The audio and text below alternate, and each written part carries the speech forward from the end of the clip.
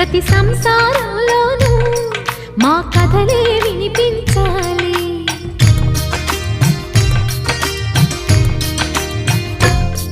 ఆ సిరిని శ్రీహరిని మా జతలో చూపించాలి.